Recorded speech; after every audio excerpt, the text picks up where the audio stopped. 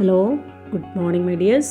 അപ്പോൾ കഴിഞ്ഞ ക്ലാസ്സിൽ നമ്മുടെ ചാപ്റ്ററിൽ നമ്മൾ മെയിനായിട്ട് നോക്കിയത് സംക്രമണ മൂലകങ്ങൾ വരെയായിരുന്നു അല്ലേ. അപ്പോൾ അതിൽ നമ്മൾ പറഞ്ഞിട്ടുണ്ടായിരുന്നു നമ്മുടെ പീരിയോഡിക് ടേബിളിൽ ഗ്രൂപ്പ് 3 to 12 വരെയുള്ള ആൾക്കാരെയാണ് നമ്മൾ സംക്രമണ മൂലകങ്ങൾ അഥവാ ട്രാൻസിഷൻ എലമെൻറ്റ്സ് എന്ന് പറയുന്നത്. അതിലുള്ള മുഴുവൻ ആൾക്കാരും മെറ്റലുകളാണ്. പിന്നെ അതിൽ കാണുന്ന മുഴുവൻ സംയുക്തങ്ങളും കളേർഡ് കോമ്പൗണ്ടുകളെയാണ് നമ്മൾ കാണാമെന്ന് പറഞ്ഞു. ഓക്കെ, ദെൻ അടുത്തത് നമ്മൾ നോക്കാൻ പോകുന്നത് ലാന്തനോയിഡുകളും ആക്റ്റിനോയിഡുകളാണ്. എന്താണ് ലാന്തനോയിഡുകൾ, എന്താണ് ആക്റ്റിനോയിഡുകൾ?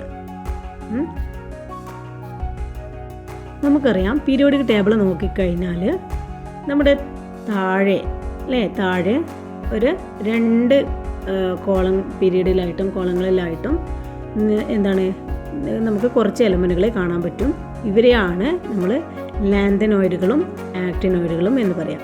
ഓക്കെ, ഇവർ 3rd ഗ്രൂപ്പിൽപ്പെട്ട ആൾക്കാരാണ്. ഇന്നർ ട്രാൻസിഷൻ എലമെൻറ്റ്സ് അഥവാ അന്തസംക്രമണ മൂലകങ്ങൾ എന്നും നമുക്ക് ഇതിനെ വിളിക്കാൻ പറ്റും. അതേപോലെ തന്നെ നമ്മുടെ 6, 7 പീരീഡിലും പെട്ട ആൾക്കാരാണ് ഈ ട്രാൻസിഷൻ എലമെൻറ്റ്സ്. ഓക്കെ,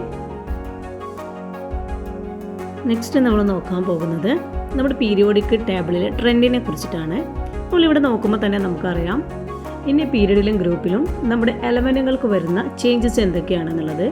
ഇനി പീരിയഡ്, അതായത് പീരിയഡ് എന്ന് പറയുമ്പോൾ ലെഫ്റ്റ് ടു റൈറ്റ് അല്ലേ, ലെഫ്റ്റിൽ നിന്നും റൈറ്റിലേക്ക് പോകുന്തോറും നമ്മുടെ എലമെൻറ്റുകളുടെ സൈസ് ഡിക്രീസ് ചെയ്യുന്നതായിട്ട് നമുക്ക് കാണാൻ കഴിയും. നേരെ മറിച്ച് നമ്മൾ അപ് ടു ഡൗൺ ആണെങ്കിൽ, മുകളിൽ നിന്ന് താഴേക്കാണ് നമ്മുടെ എലമെൻറ്റുകളെ, അതായത് ഗ്രൂപ്പായിട്ടാണ് നമ്മൾ എലമെൻറ്റുകളെ നോക്കുന്നതെങ്കിൽ നമുക്ക് എന്ത് കാണാൻ കഴിയും? നമ്മുടെ എലമെൻറ്റുകളുടെ സൈസ് ഇൻക്രീസ് ചെയ്യുന്നതായിട്ടും കാണാൻ കഴിയും അല്ലേ. അപ്പോൾ പീരീഡിൽ എങ്ങനെ, ഗ്രൂപ്പിൽ എങ്ങനെയെന്ന് ചോദിച്ചാൽ വളരെ സിമ്പിളാണ്. പീരീഡ് എന്ന് പറയുമ്പോൾ ലെഫ്റ്റ് ടു റൈറ്റ് ആണ്. അവിടെ നമ്മുടെ എലമെൻറ്റുകളുടെ സൈസ് ഡിക്രീസ് ആണ്.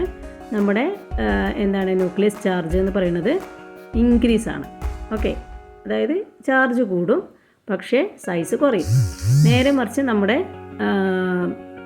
ഗ്രൂപ്പിലാണെങ്കിൽ, അതിൽ അപ് ടു ഡൗൺ ആണെങ്കിൽ, മുകളിൽ നിന്ന് താഴേക്ക് വരുന്തോറും നമ്മുടെ ചാർജ് കൂടിക്കൂടി, അതായത് സൈസിൻ്റെ വലിപ്പം കൂടിക്കൂടി വരികയാണ്, അതായത് സൈസ് കൂടിക്കൂടി വരികയാണ്. അതേപോലെ ന്യൂക്ലിയർ ചാർജും ഓൾസോ ഇൻക്രീസസ്. അപ്പോൾ ഈ ഒരു കാര്യം കൂടി നമ്മൾ പഠിക്കുക, അറ്റോമിക് സൈസിൻ്റെ പീരീഡ് എന്താണെന്നുള്ളത്. ഓക്കെ, പീരീഡിൽ ന്യൂക്ലിയർ ചാർജ് വർദ്ധിക്കുന്നു. ഏറ്റവും പുറത്തെ ഇലക്ട്രോണിലെ ആകർഷണ ബലം കൊണ്ടാണ് അങ്ങനെ സംഭവിക്കുന്നത്. Moving down the group, the size of atom increases, the size of an atom decreases on moving left to right.